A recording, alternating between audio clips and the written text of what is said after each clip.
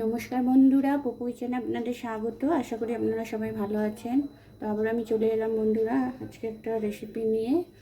তো আজকে আমি বানাবো ইলিশ মাছের মাথা দিয়ে একটা তরকারি। ইলিশ মাছ তো খাওয়া হয়ে গেছে, মুড়োটা পড়ে রইল, তো ভাবলাম আজকে এই মুড়োটা দিয়ে একটা তরকারি আমি বানাবো। তার জন্য এখানে আমি একটা কড়াই বসিয়ে নিয়েছি। এবার কড়াইটা আমি দিয়ে দিচ্ছি তেল। তেলটা গরম হয়ে গেছে, আমি ইলিশ মাছের মুড়োটা আগে ভেজে নেব।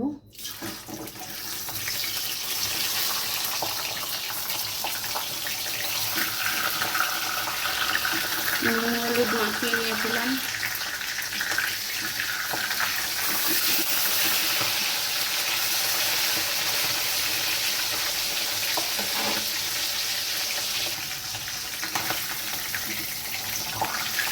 মুড়োটা আমি হালকা করে ভেজে নিচ্ছি।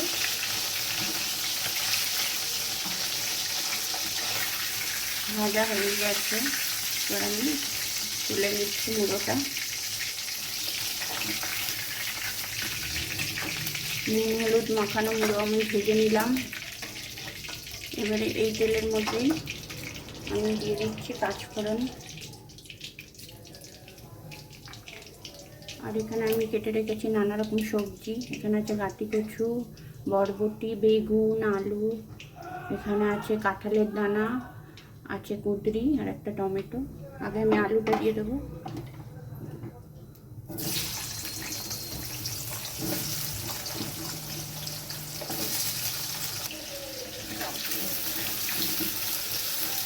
এবার এই আলুর মধ্যে আমি দিয়ে দিচ্ছি কুঁদরিগুলো।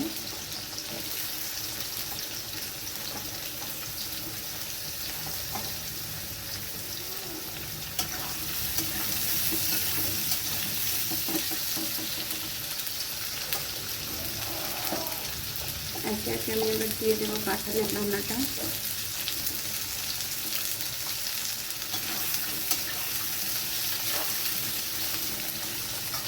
দিয়ে দিচ্ছি বরবটি।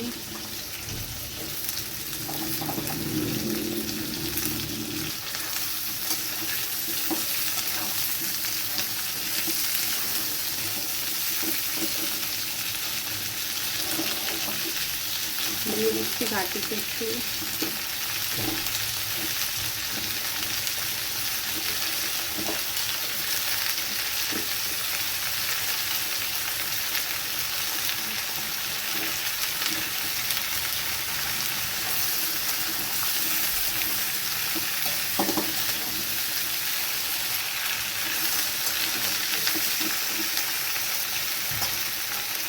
এবার আমি দিয়ে দিচ্ছি বেগুনটা।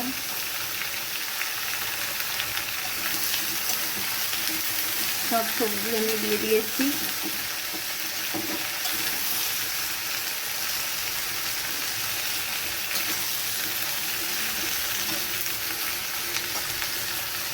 এখানে আমি নিয়েছি একটা পেঁয়াজ কুচি আর কয়েকটা কাঁচা পাকা লঙ্কা, সেটা আমি দিয়ে দিলাম।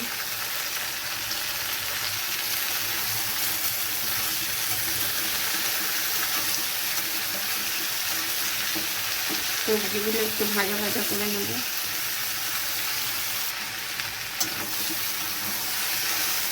সবজিগুলো ভাজা ভাজা হয়ে গেছে। এবার আমি এতে দিয়ে দেবো 1 চামচ জিরে গুঁড়ো, 1 চামচ হলুদ গুঁড়ো।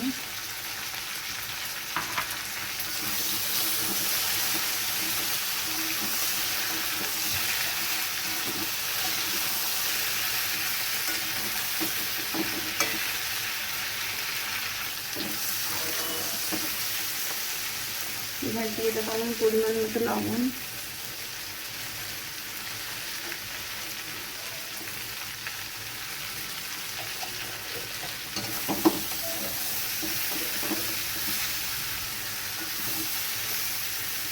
লবণটা সবজির সাথে মিশিয়ে নিয়েছি।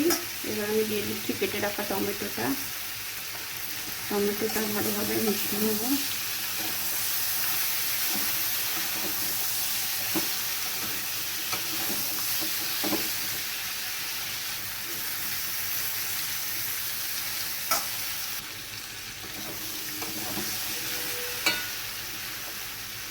এবার আমি এর মধ্যে দিয়ে দিচ্ছি জল।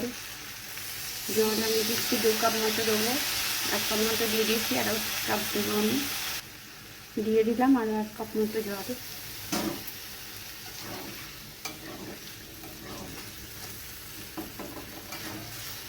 এবার আমি সবজিটা ঢাকা দিয়ে দেব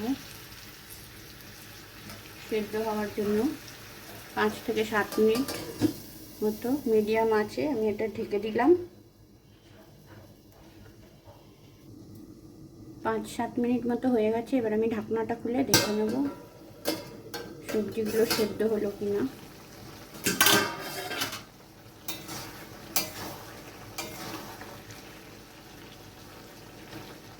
সবজি সেদ্ধ হয়ে গেছে। এবার আমি এর মধ্যে দিয়ে দেবো 1 চামচ মতো চিনি দিয়ে দিলাম। এবার আমি দিয়ে দেবো এতে ভেজে রাখা মুড়ো, ভেজে রাখা ইলিশ মাছের মুড়োটা দিয়ে দিলাম। একটু ভেঙে ভেঙে দেবো মুড়োটা।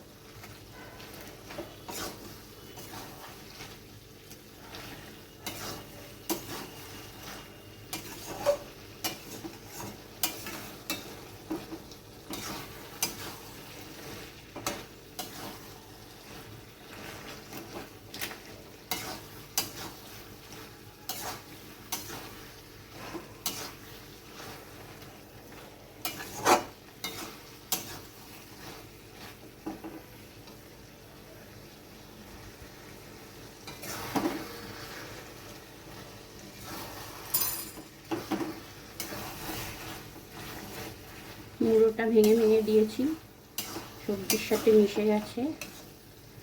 এবার আমি গ্যাসটা অফ করে এটা নামিয়ে নেব। গরম ভাতের সময় এরকম মুড়ো দিয়ে তরকারি ভালোই লাগবে খেতে বন্ধুরা। এবার আমি গ্যাসটা অফ করে এটা নামিয়ে নিচ্ছি।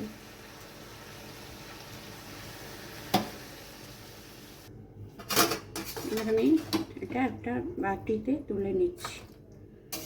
ইলিশ মাছের মুড়ো দিয়ে কচু শাক খেতে সবারই ভালো লাগে, কিন্তু সবসময় হাতের কাছে কচু শাক আমরা পাই না। সেই জন্য এইভাবে বানিয়ে খেলেও খেতে কিন্তু দারুণ লাগে।